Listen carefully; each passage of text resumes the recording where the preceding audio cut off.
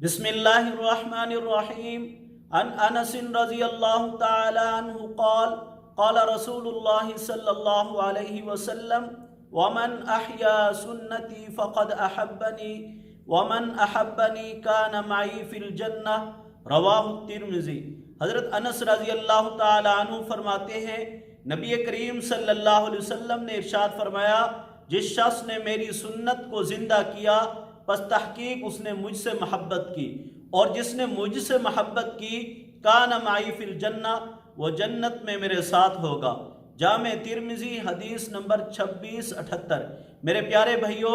رسول اللہ صلی اللہ علیہ وسلم سے سچی محبت کون کرتا ہے، اس کی علامت کیا ہے؟ خود سرور کونین صلی اللہ علیہ وسلم نے ارشاد فرمایا کہ مجھ سے سچی محبت کرنے والا وہی شخص ہوگا جو میری سنت سے محبت کرتا ہے، میری سنت کو زندہ کرتا ہے، اور جو مجھ سے سچی محبت کرے گا وہ جنت میں میرے ساتھ ہوگا۔ اللہ رب العزت سورہ آل عمران آیت نمبر 31 میں ارشاد فرماتا ہے، قُلْ إِن كُنتُمْ تُحِبُّونَ اللَّهَ فَاتَّبِعُونِي يُحْبِبْكُمُ اللَّهُ وَيَغْفِرْ لَكُمْ ذُنُوبَكُمْ وَاللَّهُ غَفُورٌ رَحِيمٌ۔ اے پیغمبر صلی اللہ علیہ وسلم انہیں کہہ دیجئے، اگر تم اللہ سے محبت کرتے ہو فاتبعونی، پس تم میری اتباع کرو، یحببکم اللہ، اللہ بھی تم سے محبت کرے گا، ویغفر لکم ذنوبکم، اور تمہارے گناہوں کو بخش دے گا، واللہ غفور الرحیم، اللہ بہت بخشنے والا بڑا مہربان ہے۔ اس آیت میں ذرا غور کیجئے، پیغمبر دو جہاں صلی اللہ علیہ وسلم کی اتباع کو اللہ نے معیار بنایا ہے کہ اگر تم حضور صلی اللہ علیہ وسلم کی تابع داری اختیار کر لو تو اللہ رب العزت تمہیں 3 انعامات سے نوازے گا۔ پہلا انعام یہ ہے کہ تمہارا دل اللہ سے محبت کرنے لگے گا، یعنی تمہیں ایمان کی حلاوت، عبادت کا لطف نصیب ہو جائے گا۔ دوسرا انعام یہ ہے یحببکم اللہ، جب تم اللہ کے حبیب صلی اللہ علیہ وسلم کی کامل اتباع اختیار کرو گے اللہ تم سے محبت کرے گا، اس لیے کہ حضور صلی اللہ علیہ وسلم اللہ کے حبیب ہیں، اللہ کے محبوب ہیں۔ تم اللہ کے محبوب بن جاؤ گے جب تم محبوب کی تابع داری اختیار کرو گے۔ تیسرا انعام وَيَغْفِرْ لَكُمْ ذُنُوبَكُمْ، اللہ تمہارے گناہوں کو بخش دے گا، تمہارے پچھلے سارے گناہ معاف ہو جائیں گے، اللہ بہت بخشنے والا بڑا مہربان ہے۔ دیکھیے، پیغمبر دو جہاں صلی اللہ علیہ وسلم کی اتباع کو اللہ نے بھی محبت کی علامت اور معیار قرار دیا، اور خود رسول اللہ صلی اللہ علیہ وسلم نے بھی محبت کی علامت قرار دیا۔ جو شخص حضور صلی اللہ علیہ وسلم کی تابع داری نہیں کرتا، وہ لاکھ محبت کے دعوے کرتا پھرے، وہ جھوٹا ہے، اللہ بھی اس سے ناراض ہے، اور خود پیغمبر دو جہاں صلی اللہ علیہ وسلم بھی ناراض ہیں۔ اور جو شخص حضور صلی اللہ علیہ وسلم کی تابع داری اختیار کرتا ہے، اللہ بھی گواہی دے رہا ہے کہ وہ حضور سے سچی محبت کرتا ہے، اور خود پیغمبر دو جہاں صلی اللہ علیہ وسلم بھی فرما رہے ہیں کہ وہ مجھ سے محبت کرنے والا ہے اور وہ جنت میں بھی میرے ساتھ ہوگا۔ اتباع رسول کیا ہے؟ صحابہ کرام کی زندگی کو پڑھیے، صحابہ کرام بھی اور صحابیات بھی حضور صلی اللہ علیہ وسلم کی کامل اتباع کرتے تھے اور حضور صلی اللہ علیہ وسلم سے سچی محبت کرتے تھے۔ ایک عورت اپنی بیٹی کو لے کے رسول اللہ صلی اللہ علیہ وسلم کی خدمت میں حاضر ہوئی، اور اس کی بیٹی نے 2 سونے کے کنگن پہنے ہوئے تھے۔ آپ صلی اللہ علیہ وسلم نے اس عورت سے پوچھا، کیا تم ان 2 سونے کے کنگن کی زکوٰۃ ادا کرتی ہو؟ وہ کہنے لگی، ہم تو زکوٰۃ ادا نہیں کرتی۔ حضور صلی اللہ علیہ وسلم نے فرمایا، پھر یہ 2 سونے کے کنگن تمہارے لیے جہنم کے کنگن ہوں گے۔ یعنی آپ صلی اللہ علیہ وسلم نے ناراضگی اور ناپسندیدگی کا اظہار کیا۔ اس عورت نے اپنی بیٹی کے ہاتھ سے فوراً وہ 2 سونے کے کنگن اتار کے پھینک دیے کہ جس کو رسول اللہ صلی اللہ علیہ وسلم پسند نہیں فرماتے وہ میری بیٹی کیوں پہنے۔ معزز سامعین و ناظرین، اللہ نے ہم پہ کتنا بڑا احسان کیا کہ ہمیں بن مانگے حضور صلی اللہ علیہ وسلم کا امتی بنا دیا، جو امام الانبیاء ہیں، خاتم النبیین والمرسلین ہیں، تمام نبیوں کے سردار ہیں، اور پھر حضور صلی اللہ علیہ وسلم کے امتی ہونے کے ناطے اللہ نے ہمارے لیے کتنی آسانیاں بنا دی، کتنی نعمتیں رکھ دی ہیں۔ پہلی امتوں کے عبادت خانے بھی مخصوص تھے، عبادت کے اوقات بھی مخصوص تھے، لیکن حضور صلی اللہ علیہ وسلم کی تابع داری کرنے والا، حضور صلی اللہ علیہ وسلم کی اتباع اختیار کرنے والا، اس کے لیے تو 24 گھنٹے عبادت ہے۔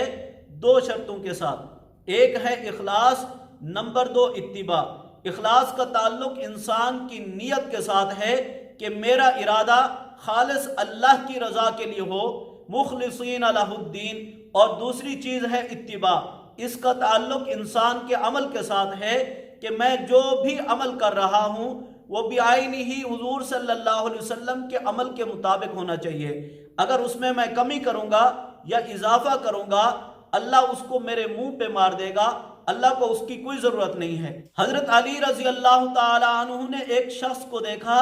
عید کے دن عید کی نماز سے پہلے عیدگاہ میں وہ نفل ادا کر رہا تھا۔ حضرت علی رضی اللہ تعالی عنہ نے درہ منگایا اور اس کو مارا اور عیدگاہ سے بھگا دیا۔ فرمایا ان صلاتک توصل الی النار، کہ تیری نماز تجھے جہنم میں لے جائے گی، اس لیے کہ میں نے سرور کونین صلی اللہ علیہ وسلم کو عید کے دن عید کی نماز سے پہلے کوئی نفل پڑھتے نہیں دیکھا۔ معزز سامعین و ناظرین، یہ دو چیزیں اخلاص اور اتباع، جب یہ دونوں چیزیں مل جائیں تو ہمارا اٹھنا بھی عبادت، ہمارا سونا بھی عبادت، ہمارے اخلاق بھی عبادت، ہماری تجارت بھی عبادت، کھیتی باڑی بھی عبادت۔ قاضی یہ ہے کہ ہم کوئی بھی کام کر رہے ہیں اگر اخلاص اور اتباع کے ساتھ کر رہے ہیں، میں بازار میں بیٹھا ہوں اور اس نیت سے بیٹھا ہوں کہ میرے پیارے حبیب صلی اللہ علیہ وسلم نے تجارت فرمائی، میں بھی حضور صلی اللہ علیہ وسلم کے طریقے کے مطابق تجارت کرنا چاہتا ہوں، میں اپنے بچوں کے لیے جہاں پہ روزی کا سامان مہیا کر رہا ہوں وہاں پہ میری یہ تجارت اللہ کے ہاں عبادت بن کے قبول بھی ہو رہی ہے، اس لیے کہ حضور صلی اللہ علیہ وسلم کے طریقے کے مطابق ہے۔ میرے پیارے بھائیوں، عمل کی قبولیت کے لیے یہ دونوں چیزیں لازمی ہیں، اخلاص اور اتباع۔ اگر ان میں سے ایک نہیں ہے یا دونوں نہیں ہیں، اللہ کے ہاں وہ عمل قابل قبول نہیں ہوگا۔ اگر اخلاص نہیں ہے تو اس کی جگہ شرک آ جائے گا، اس لیے کہ حضور نے فرمایا من صلی یرائی فقط اشرکا ومن صام یرائی فقط اشرکا، جس نے دکھلاوے کی نماز پڑھی اس نے بھی شرک کیا، جس نے دکھلاوے کا روزہ رکھا اس نے بھی شرک کیا۔ کہ ہمارے ہر عمل میں نیت خالص ہونی چاہیے کہ میرا رب مجھ سے راضی ہو جائے۔ اسی طرح دوسری چیز اتباع ہے، اگر حضور کے طریقے سے ہٹ کے ہوگا تو وہ بدعت ہے، گمراہی ہے۔ خود سرور کونین صلی اللہ علیہ وسلم نے ارشاد فرمایا کہ بدعت انسانی معاشرے میں ایسے سرایت کرتی ہے جیسے انسان کے جسم میں بولا کتا کاٹے اس کی زہر پورے جسم میں پھیل جاتی ہے۔ جب معاشرے میں بدعت پھیل جائے اور لوگ بدعت کو اپنا لیں تو یاد رکھیے اللہ ان کے سینوں سے سنت کی اہمیت کو نکال دیتا ہے، اس لیے کہ سنت اور بدعت ایک دل میں اکٹھے نہیں ہو سکتے۔ اس کی مثال ہمارے سامنے ہے، 12 ربیع الاول کے دن مسلمان حضور صلی اللہ علیہ وسلم کی محبت کا نام لے کے جو خرافات کرتے ہیں، الیاذ باللہ حضور صلی اللہ علیہ وسلم کی جو گستاخیاں کرتے ہیں، اس سے بڑی جہالت، اس سے بڑی گمراہی اور کیا ہوگی کہ حضور صلی اللہ علیہ وسلم کا روزہ بنا کے اس کے سامنے ڈانس کیا جا رہا ہے، بیت اللہ بنا کے اس کے سامنے لوگ رقص کر رہے ہیں، رقص و سرور کی محفلیں سجائی جا رہی ہیں، لڑکیاں ناچ رہی ہیں، اور اس کو حضور صلی اللہ علیہ وسلم کی میلاد کا نام دے کے باعث ثواب سمجھ رہے ہیں، جبکہ خود سرور کونین صلی اللہ علیہ وسلم نے اپنی ولادت کے دن روزہ رکھا۔ صحابہ نے پوچھا کہ آپ پیر کے دن روزہ کیوں رکھتے ہیں؟ حضور صلی اللہ علیہ وسلم نے ارشاد فرمایا ذات یوم ولدت فی، یہ وہ دن ہے جس دن میں پیدا ہوا، میں اللہ کے حضور شکرانے کے طور پہ روزہ رکھتا ہوں۔ یاد رکھیے اسلام آنے سے پہلے لوگ خوشی کے موقع پہ ناچتے تھے، گاتے تھے، آپے سے بہر ہو جاتے تھے، اور غم کے موقع پہ ماتم کرتے تھے، گریبان پھاڑتے تھے، سر میں مٹیاں ڈالتے تھے۔ لیکن جب اسلام آیا اس نے ان دونوں چیزوں کو مٹا دیا۔ اسلام نے خوشی کے موقع پہ شکر کرنے کا حکم دیا اور غم کے موقع پہ صبر کا تحفہ عطا کیا۔ پیغمبر دو جہاں صلی اللہ علیہ وسلم تو اپنی ولادت کے دن یعنی پیر کے دن کو روزہ رکھ کے شکر ادا کرتے تھے، اور آج مسلمان کس بے راہ روی کا شکار ہو چکا ہے کہ حضور کی محبت کا نام استعمال کرتا ہے، در حقیقت ایسے اعمال کر رہا ہوتا ہے جس میں حضور صلی اللہ علیہ وسلم بھی ناراض، اللہ بھی ناراض۔ صحیح بخاری میں حدیث شریف مذکور ہے، پیغمبر دو جہاں صلی اللہ علیہ وسلم نے ارشاد فرمایا کل امتی یدخلون الجنہ، إلا من أبى قالوا يا رسول الله من يأبى قال من اطاعنی فقد دخل الجنہ ومن عصانی فقد ابا۔ پیارے حبیب صلی اللہ علیہ وسلم نے ارشاد فرمایا میری امت کے سارے لوگ جنت میں داخل ہوں گے مگر وہ شخص جس نے میرا انکار کیا۔ صحابہ نے تعجب کرتے ہوئے پوچھا کہ لوگ آپ کا انکار کیسے کر سکتے ہیں، یا یہ ہے کہ آپ کا انکار کرنے والا کون ہے؟ حضور نے فرمایا جس نے میری اطاعت کی، میری اتباع اختیار کی، پس تحقیق وہ مجھ سے محبت کرنے والا وہ جنت میں داخل ہوگا، اور جس شخص نے میری نافرمانی کی پس تحقیق اس نے میرا انکار کیا۔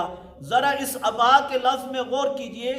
اللہ نے بھی ابا کا لفظ بولا، پیغمبر دو جہاں صلی اللہ علیہ وسلم نے بھی ابا کا لفظ بولا۔ اللہ نے یہ لفظ شیطان کے لیے بولا اور رسول اللہ صلی اللہ علیہ وسلم نے یہ لفظ اپنے نافرمان کے لیے بولا۔ جس طرح وہ مردود، اسی طرح حضور صلی اللہ علیہ وسلم کا نافرمان بھی قیامت والے دن دھتکارا جائے گا۔ اللہ کہے گا اخسؤوا فیہا ولا تکلمون، دفع ہو جاؤ، آج کے دن میں تم سے بات بھی نہیں کرتا۔ اللہ رب العزت قیامت کے دن سب کے اعمال تولے گا اور اللہ کا ترازو حضور صلی اللہ علیہ وسلم کی اتباع پہ ہوگا، نہ وہاں پہ عمل وزنی ہوں گے، نہ کیلی ہوں گے، نہ عددی ہوں گے کہ نیکیاں 1000 ہو گئی، لاکھ ہو گئی تو یہ جنت میں چلا جائے، یا کلو کے حساب سے ہو جائیں، یا ڈھیری نیکیوں کی لے کے آ گیا ہے تو یہ جنت میں چلا جائے۔ ایسا کچھ نہیں ہوگا، بلکہ حضور صلی اللہ علیہ وسلم کی اتباع کا ترازو لگے گا، عمل کو اس پہ پرکھا جائے گا۔ اگر عمل حضور کی تابعداری کے مطابق ہوگا، نہ اس سے کم نہ اضافے کے ساتھ، تو وہ اللہ کے ہاں قبول ہوگا، اور پھر جس قدر اس میں اخلاص ہوگا اس قدر وہ عمل وزنی ہوگا۔ اگر وہ حضور صلی اللہ علیہ وسلم کے طریقے سے ہٹ کے ہوگا تو پھر جتنے بھی اعمال لے کے آئے ہوں گے وہ سارے کے سارے رد ہو جائیں گے، اللہ کے ہاں وہ قبول نہیں ہوں گے۔ اللہ رب العزت سے دعا ہے کہ اللہ رب العزت ہمیں پیارے حبیب صلی اللہ علیہ وسلم کا تابعدار بنائے، آپ صلی اللہ علیہ وسلم کا ادب، آپ سے سچی محبت نصیب فرمائے۔ وما علینا الا البلاغ المبین۔